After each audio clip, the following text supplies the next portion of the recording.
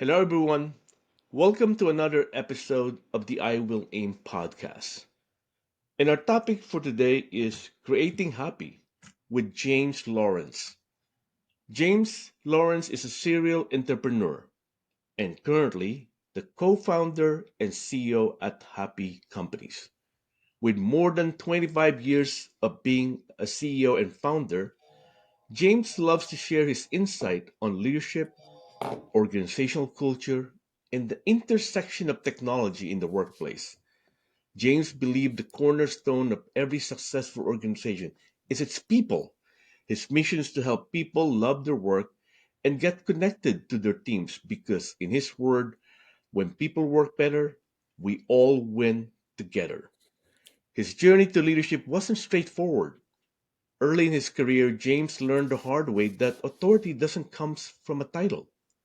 It comes from genuinely understanding and connecting with your team.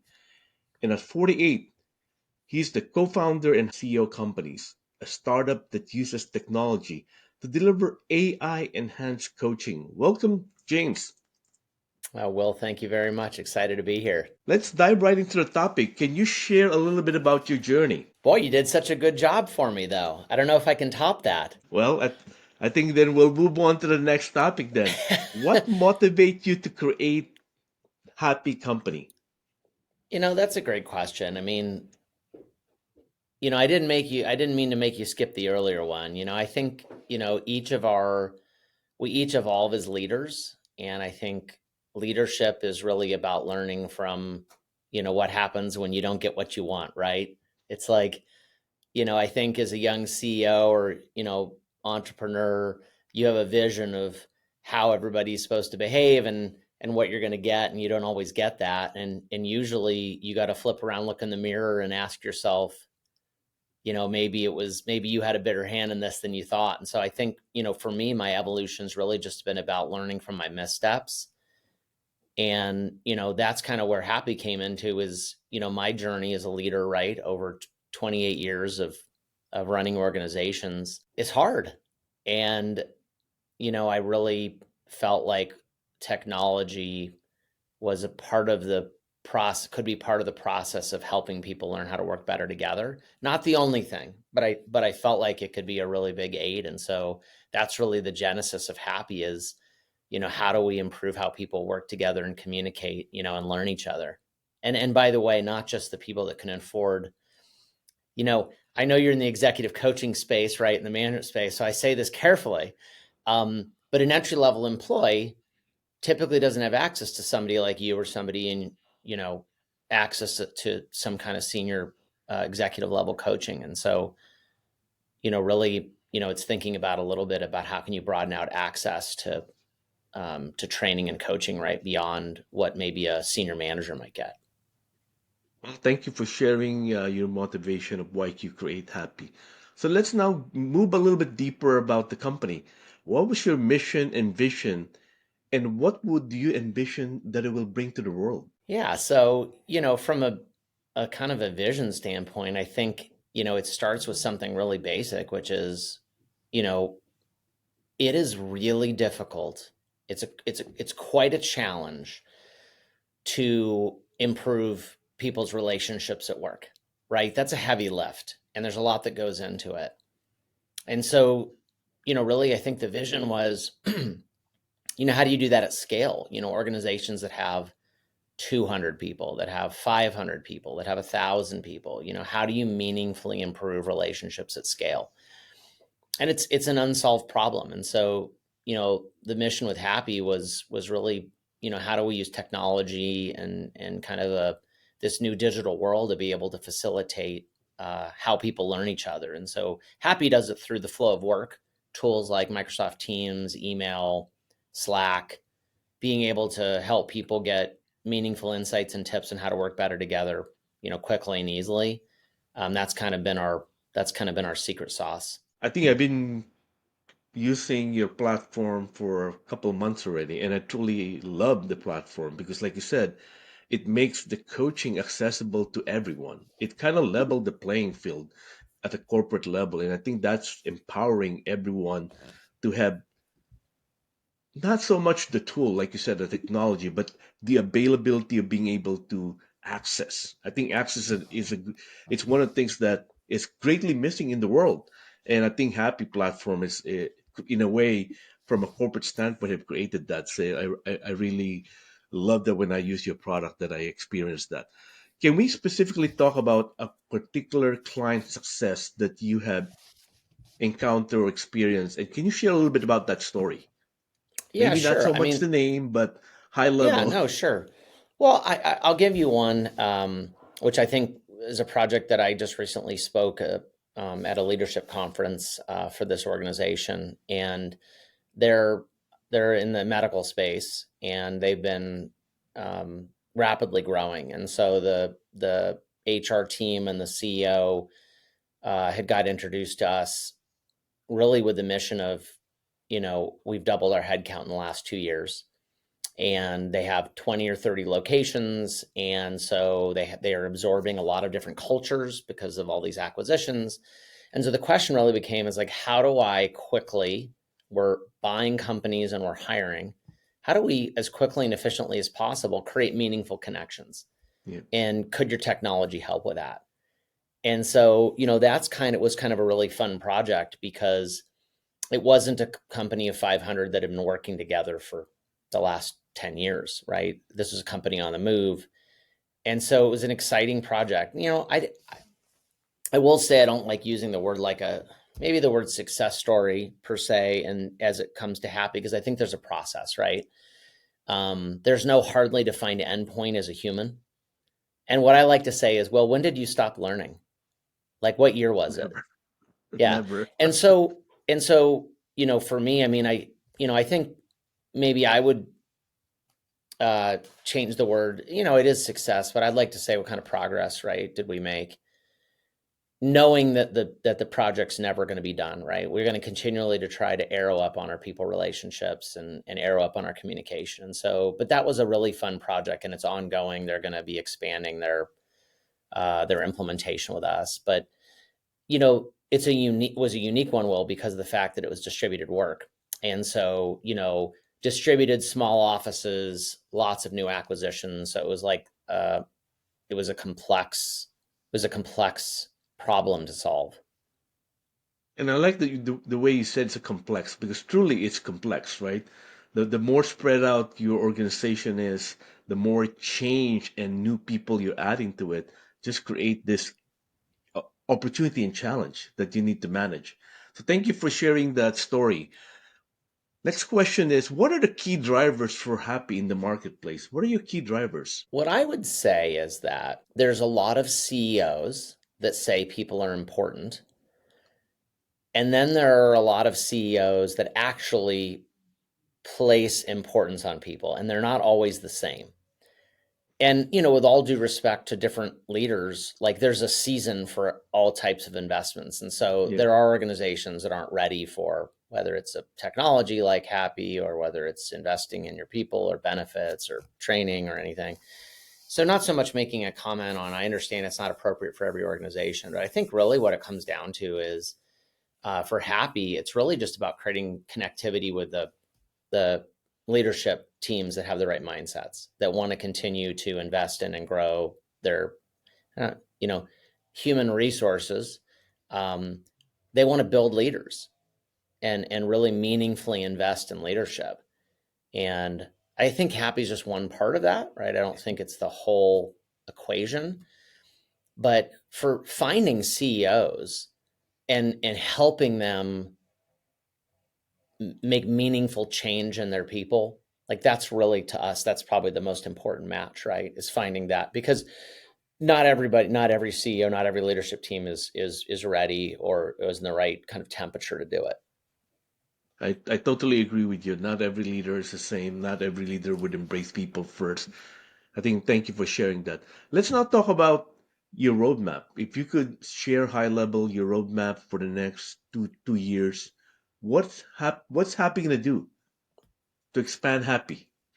Yeah, so I mean, I think for us, it's really about how do we become an indispensable part of someone's workflow. Mm, So right now, the first phase of Happy was building this product that provided, meaningful improvements in communication, right? Meaningful improvements in understanding your coworkers, how to work better together. But I think there's that's just one part of the employee life cycle. And so, I think when you get to hiring, when you get to onboarding, when you get to building first-time managers, we're only capturing, right, this if it was this long, right, we're like, this is what our width is. And so I think it's continuing to expand our value into the entire ecosystem of an organization's people cycle. So that's really our roadmap's really surrounded about getting better at talent development and communication development, things like that. But then I think to broaden out, and that might come through finding other organizations or products to partner with. It might come through some of our own internal development. It could come through joint ventures or us working more intimately with other, like I said, there's a lot of companies doing work, on the other edges of the life cycle. And so I think, to me, the ultimate tool would be, the ultimate nexus for me is like, Will, if let's say you were, let's just pretend you got hired at a new organization, and from the moment that you interviewed, they were considering, the science was considering how to improve your relationships that you didn't even have yet. Yep. And so, I love the idea of you come on board and your executive assistant has already gotten an email about here's 5 tips to work best with Will. And then you got to, you were already being prepped on how to improve your relationship with your executive assistant, what to expect in the first 60 days, what to expect in the first, week. And it really kind of walked you through the onboarding process all the way through to, again, onboarding, improving. I love the idea of if I was a vice president of marketing, I got hired to an organization and I get handed a playbook on how I can work with my team better. And it's my first day. I think that's amazing. I think I love the fact that before you walked in, you had an idea how you could work better with people. And I think it's like Yeah, starting people with you don't even know yet, right? Like, exactly. It's like starting with a passive step, right? Versus trying to figure out what my 90 have a high level plan and just going with the flow of my 90-day plan, but a more structured and more organized that really thinking about how to empower you as you move along. Wow, that's yeah, amazing. So precisely. I'm excited for you. I'm really excited. So my question for you, we talk about happy, what's happy mission is. What makes you unique compared to other organizations? Yeah, look, I think I am deeply appreciative of every company that is working in this space. And I don't mean just companies with digital solutions. I think when you commit to improving leadership at the CEO level and the VP level on down, you do good things. You're in the good guy group, right? Um, Yes. and I think there's a lot of people that are trying to create meaningful improvements. And, I don't know that we're any better or worse than anybody. I think we're different, but just starts with just a deep appreciation of people operating in the space. And I think one of the things Happy does that's unique is that I think it saves you a lot of pain, right? Is kind of what I would say.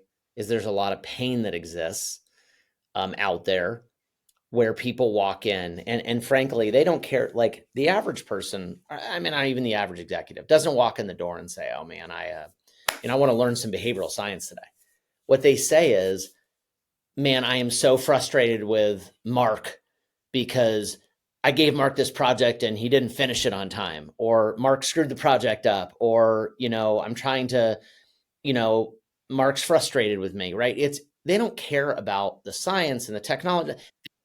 The question is, how do they just improve the relationship with this person in the moment? And that comes down to a really more global thing, which is, how do I simply become more effective? Right? My relationship with Mark is causing me to be less effective.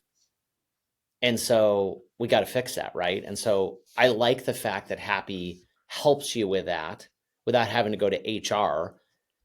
And so if somebody doesn't have a coach, they have a couple of options and none of them are good. They have their coworker, Yeah. which a lot of people will go to a coworker and complain or, kind of complain down, or they rarely go directly to the person they have the conflict with because they don't know how to solve it or they don't know how Yeah. to solve the relationship. And so what I like about Happy is that Happy is a facilitator, a direct facilitator to improving that relationship.